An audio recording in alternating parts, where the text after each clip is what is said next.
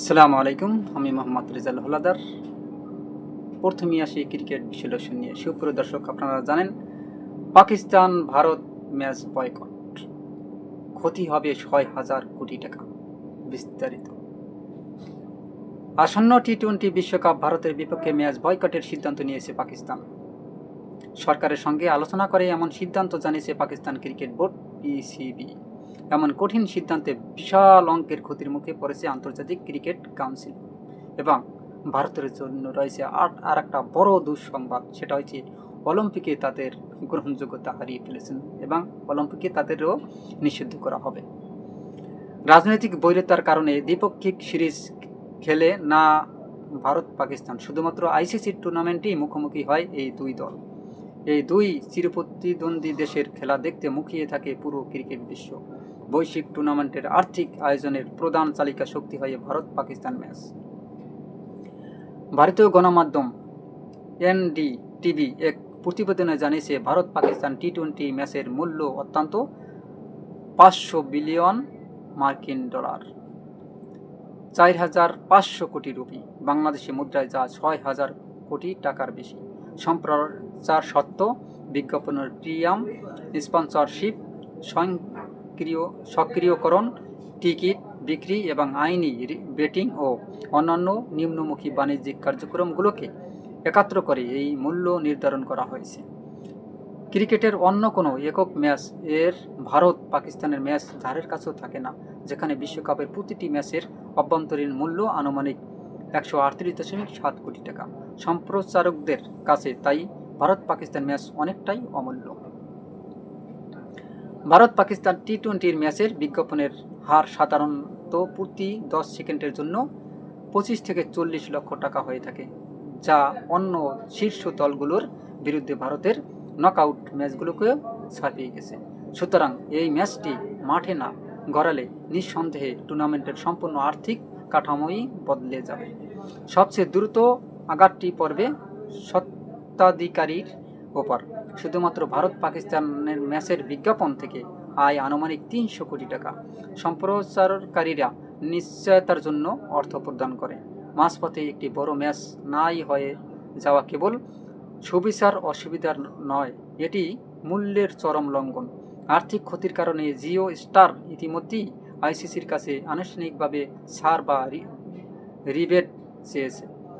একবার সম্প্রচারকারীরা তাদের টাকা ফেরত নেওয়া শুরু করলে সাধারণত আইসিসি সেই ধাক্কাটি কাটিয়ে নিলেও পরে তা অন্যদের উপর চাপিয়ে দেয়। কেন্দ্রীয় রাজস্ব কমে যাওয়া মানে সদস্য বোর্ডগুলোর জন্য বরাদ্দ বণ্টন কমে যাওয়া, যা কেবল ভারত ও পাকিস্তানের মধ্যেই সীমাবদ্ধ নয়। সহযোগী ও ছোট পূর্ণ সদস্য দেশগুলো, যারা আইসিসির অর্থ প্রদানের ওপর ব্যাপকভাবে নির্ভরশীল, তারা তাৎক্ষণিকভাবে এটাই টানাটানির মধ্যে পড়ে। প্রতিবেদন অনুযায়ী ম্যাচটি না হলে উভয় বোর্ডই সরাসরি ও পরোক্ষ রাজস্ব বাবদ তাৎক্ষণিকভাবে প্রায় ২০০ কোটি টাকা করে লোকসানের সম্মুখীন হবে। ভারতের জন্য এই ধাক্কা সামাল দেওয়া সম্ভব, পাকিস্তানের জন্য এটি অস্তিত্ব রক্ষার হিসাব। পিবিসি মোট আইসিসির রাজস্বের ৫.৭৫% পায়, যা বছরে প্রায় ৩৪.৩১ মিলিয়ন মার্কিন ডলার।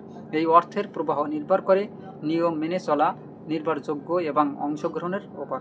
সবচেয়ে ক্ষতি এককালীন শাস্তি নয়, বরং ভাবমূর্তি ক্ষুণ্ণ হবে। সম্প্রচারকারীরা অনিশ্চয়তা অপছন্দ করে, আর এই ম্যাচ বর্জন পাকিস্তানের ভবিষ্যৎ ম্যাচগুলোকে ঝুঁকিপূর্ণ সম্পদ হিসেবে চিহ্নিত করতে পারে। এ কারণে পরবর্তীতে পাকিস্তান সম্পর্কিত সম্প্রচার মূল্য কমিয়ে দিতে পারে তারা। পাকিস্তান ম্যাচের সঙ্গে যুক্ত স্পন্সরশিপের আগ্রহ কমাতে পারে। বছরের পর বছর ধরে রাজস্ব হ্রাসের কারণে হয়ে দাঁড়াতে পারে এই ম্যাচের বয়কটের সিদ্ধান্ত।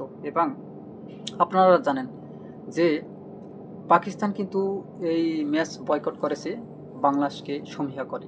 আপনারা জানেন যে কিছুদিন আগে বাংলাদেশের পরিবর্তে স্কটল্যান্ডকে নিয়েছেন। দেখেন, আইসিসির এরকমের যদি আমি মনে করি শুধু পাকিস্তান না, যে কোনো সকল দেশকেই এই ভারতে বয়কট করা উচিত, কারণ তারা তা না হলে শীর্ষসারিত হয়ে যাবে।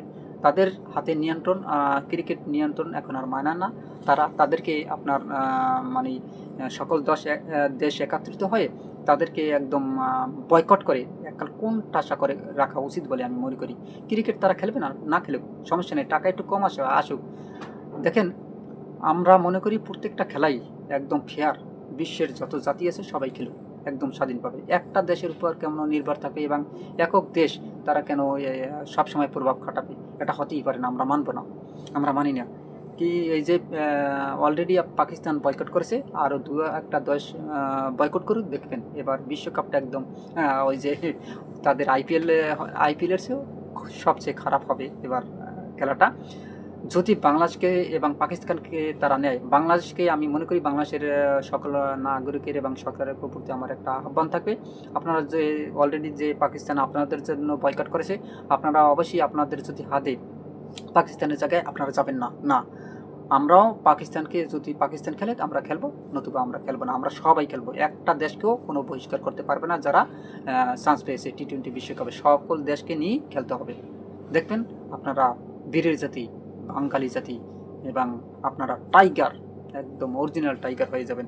সুপ্রিয় দর্শক, এবার আসি, ভারতের সুর একটু নরম হয়েছে।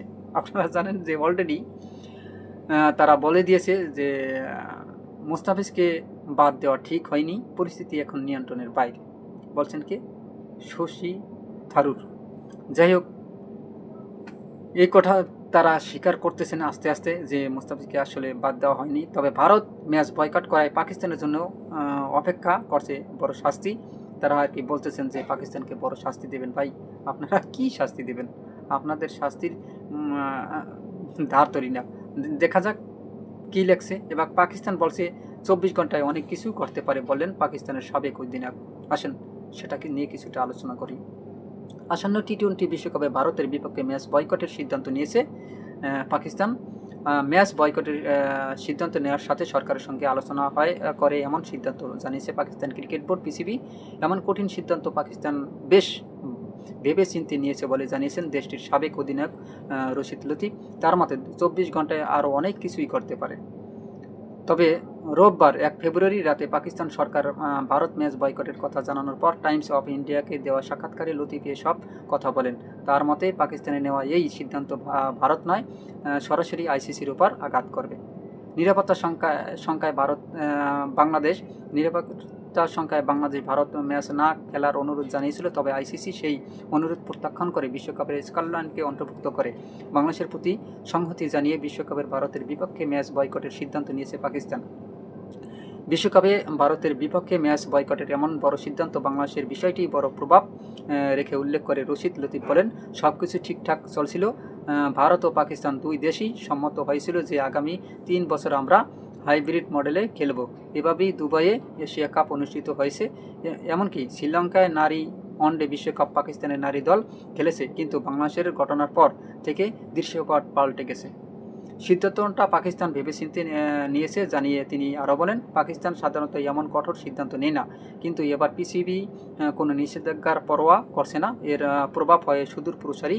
এবছরই মেয়েদের টি-20 বিশ্বকাপ আছে, যেখানে ভারতের সঙ্গে পাকিস্তানের ম্যাচ থাকতে পারে।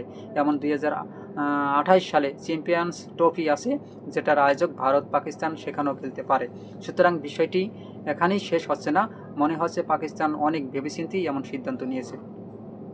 পাকিস্তানের এই সিদ্ধান্তে শুধু এশিয়া ক্রিকেট নয়, বরং অস্ট্রেলিয়া ও ইংল্যান্ডের মতো বোর্ডগুলোও আর্থিকভাবে ক্ষতিগ্রস্ত হবে বলে মনে করেছেন রশিদ। তিনি বলেন, ব্যবসায়ীরা আমাদের সরকারের ঊর্ধ্বে, কিন্তু এখন খেলাটি তাদের নিয়ন্ত্রণের বাইরে চলে গেছে। তবে সম্প্রচারকারীরা প্রতিষ্ঠানগুলো অত্যন্ত শক্তিশালী, তারা নিশ্চয়ই কোনো একটি সমাধান খুঁজে বের করবে। সংকট যদি সমাধান না হয়, তাহলে তা ক্রিকেটের জন্য বড় বিপর্যয় হবে বলে মনে করেন সাবেক এই পাক অধিনায়ক। তিনি বলেন, সব সময় একটি পর্দার আড়ালে কূটনীতি কাজ করে।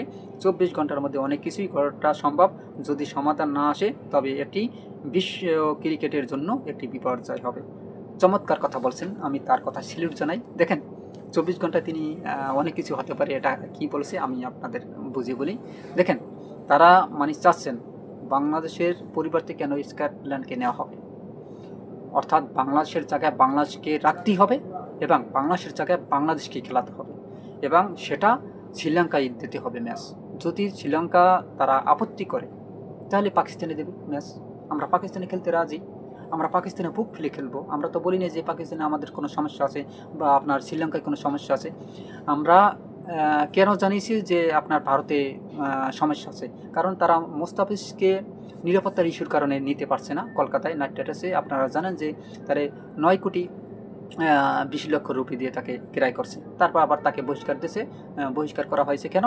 তাকে নিরাপত্তা ইস্যুর কারণে। তাহলে বাংলাদেশ সেখানে নিরাপত্তা ইস্যুর কারণে যাবে না, এটা স্বাভাবিক, একদম কমন সেন্স। এটা যে পাগল, যে সে তো পাগলও বুঝে, যেহেতু তোমার মোস্তাফিজ নিরাপত্তা ইস্যুর কারণে তোমরা বাদ দিচ্ছ, তাহলে তা বাংলাদেশ নিরাপত্তার ইস্যুর কারণেই তোমাদের দেশে খেলতে যাবে না। এটা কি না বোঝে? এটা তো পাগলও বোঝে। 2026 সালে বাংলাদেশ বয়কট করছে, ভালো করছে। কারণ কারণ আপনারা একজন প্লেয়ারকে আপনারা নিরাপত্তা দিতে পারবেন না, সেখানে 15 জন প্লেয়ারকে কীভাবে নিরাপত্তা দেবেন? সেখানে মিডিয়া কর্মীরা যাবে, কীভাবে নিরাপত্তা দেবেন? সেখানে সাধারণ যে দর্শক যাবে বাংলাদেশের জার্সি পরা, তাদেরকে কীভাবে নিরাপত্তা দেবেন? আপনারা তো জঙ্গির দেশ, আপনারা তো মনে করেন উগ্রবাদী হিন্দুপন্থীরা। কিছুদিন আগেও আপনারা যে ওই যে যারা আছেন পাহাড়ে বসবাস করে এবং যারা অন্য অর্থাৎ সংখ্যালঘু আছে তাদের উপর অত্যাচার চালিয়ে দিয়েছেন, তাদের নিপীড়ন চালাচ্ছেন, তাদের মারছেন। অতএব আমরা অবশ্যই এটা যে সিদ্ধান্ত বাংলাদেশ নিয়েছে টি-20 বিশ্বকাপ যে ভারতে খেলবেন, এটা সঠিক সিদ্ধান্ত। এটা টিট ফর ট্যাট। আপনারা যেরকম করছেন তার মুকুটটা সেরকমের পড়েছে, যেরকম আপনারা কুকুর, আমাদের মুকুটটাও সেরকমের হয়েছে, স্বাভাবিক ব্যাপার। আপনারা মোস্তাফিজকে নেন নাই নিরাপত্তা ইস্যুর কারণে, বাংলাদেশে যাবে না নিরাপত্তা ইস্যুর কারণে, সিম্পল। অতএব আপনাদের কপি আপনারা পড়েছেন। এখন আসেন একটু বিস্তারিত আলোচনা করি। পাকিস্তান, এই যে পাকিস্তান অলরেডি বয়কট দিয়েছে, ওদিকে অলিম্পিক ভারতকে বয়কট করে দিবে। কারণ অলিম্পিকে আপনারা জানেন বিশাল একটা বিভিন্ন ইভেন্টে কিন্তু ভারত অংশগ্রহণ করে, বা অলরেডি ভারতকে কিন্তু বহিষ্কার করে দেবে। কারণ ওই যে বয়কট করেছে পাকিস্তান, বলছে যদি পাকিস্তান অন্য কোনো যে কোনো একটা দেশ যদি বয়কট করে ভারতের টি-20, তাহলে তারাও ওই অলিম্পিক থেকে ভারতকে বয়কট করবে, মানে বহিষ্কার করবে। অতএব আপনারা একুল আর ওকুল হারালেন দুকুল, মানে সব কুল আপনারা দিন দিন হারাতে যাচ্ছেন। আপনারা কি ভারত আর ইন্ডিয়া মিলে খেলবেন? আর কোনো দেশ খেলবে না? এটা ক্রিকেট, এটা ফেয়ার রাখুন, এখানে রাজনীতি বাদ দেন। সুপ্রিয় দর্শক, তবে পাকিস্তান অলরেডি এই টি-20 বিশ্বকাপ 2026 সালে বয়কট করে দিয়েছে এবং বাংলাদেশের পাশে তারা দাঁড়িয়েছে, অর্থাৎ বাংলাদেশের প্রতিবাদে তারা যে শক্ত অবস্থান রেখেছে। এই জন্য আমি পাকিস্তান ক্রিকেট বোর্ডকে এবং পাকিস্তান সকল খেলোয়াড়কে এবং পাকিস্তান প্রধানমন্ত্রীকে জানাই আমন্ত্রণ এবং আমার আন্তরিক ভালোবাসা ও অভিনন্দন, এবং সবাইকে আমি স্যালুট জানাই। এবং আপনাদের এই যে মানে ভালো একটা বন্ধুত্ব সম্পর্ক রাখার জন্য, মন রাখার জন্য আপনাদের জানাই আমার আন্তরিক অভিনন্দন ও ভালোবাসা। দেখেন, কথায় আছে যে দূর সময় কোনো বন্ধু যদি পাশে থাকে সে প্রকৃত বন্ধু, এবং সুসময় দেখবেন অনেক বন্ধু আসবে এবং যাবে, কিন্তু দূর সময় পাশে থাকাটা কি সবচেয়ে কিন্তু মানে প্রকৃত বন্ধু বলে আমরা মনে করি। এখন বলতে পারেন যে আপনারা অনেক প্রসঙ্গ টানতে পারেন, হে মিয়া আমাদের ওই যে অমুক সময় যুদ্ধ সময় আমাদের বিভক্ত করছে, ভারত সহযোগিতা করছে অমুক সময়। দেখেন, এই প্রসঙ্গটা এখানে টানবেন না। কারণ কেন টানবেন না আমি বলি, সেটা পাস টু পাস, সেটা অনেক আগে হয়ে গেছে। আমরা স্বীকার করি যে ভারত আমাদের পাশে সহযোগিতা করছিল, কিন্তু এখন তো ভারত আমাদের সাথে অন্যায় করে, পাকিস্তান আমাদের সাথে সহযোগিতা করে, তাহলে আমরা অবশ্যই পাকিস্তানের ভালো বলবো। এবং যদি ভারত খারাপ করে আমি অবশ্যই খারাপ বলবো, ভালোকে ভালো বলবো, খারাপকে খারাপ বলবো, এটাই স্বাভাবিক। সুপ্রিয় দর্শক, আপনারা কি মনে করেন? এবার পাকিস্তানের যে বয়কট করাকে কেন্দ্র করে এই যে আইসিসির যে টুর্নামেন্টটা গোলমেল পাঠিয়ে দিয়েছেন, এবং বাংলাদেশকে তারা নিতে বাধ্য হবেই। আমার মনে হয় খুব শীঘ্রই তাদের নরম সুরে এসেছে, মুস্তাফিজকেও আইপিএলে নেওয়া হবে, বাংলাদেশকেও বিশ্বকাপে খেলানো হবে বলে আমি আশাবাদ ব্যক্ত রাখি। এবং এটা কিন্তু সুখবর ক্রিকেটের জন্য। যদি না নেয় তাহলে ভারতের কী অসুবিধা, আসুন সেটা বিশ্লেষণ করি। যদি ভারত বাংলাদেশকে না নেয়, পাকিস্তান খেলবে না বয়কট।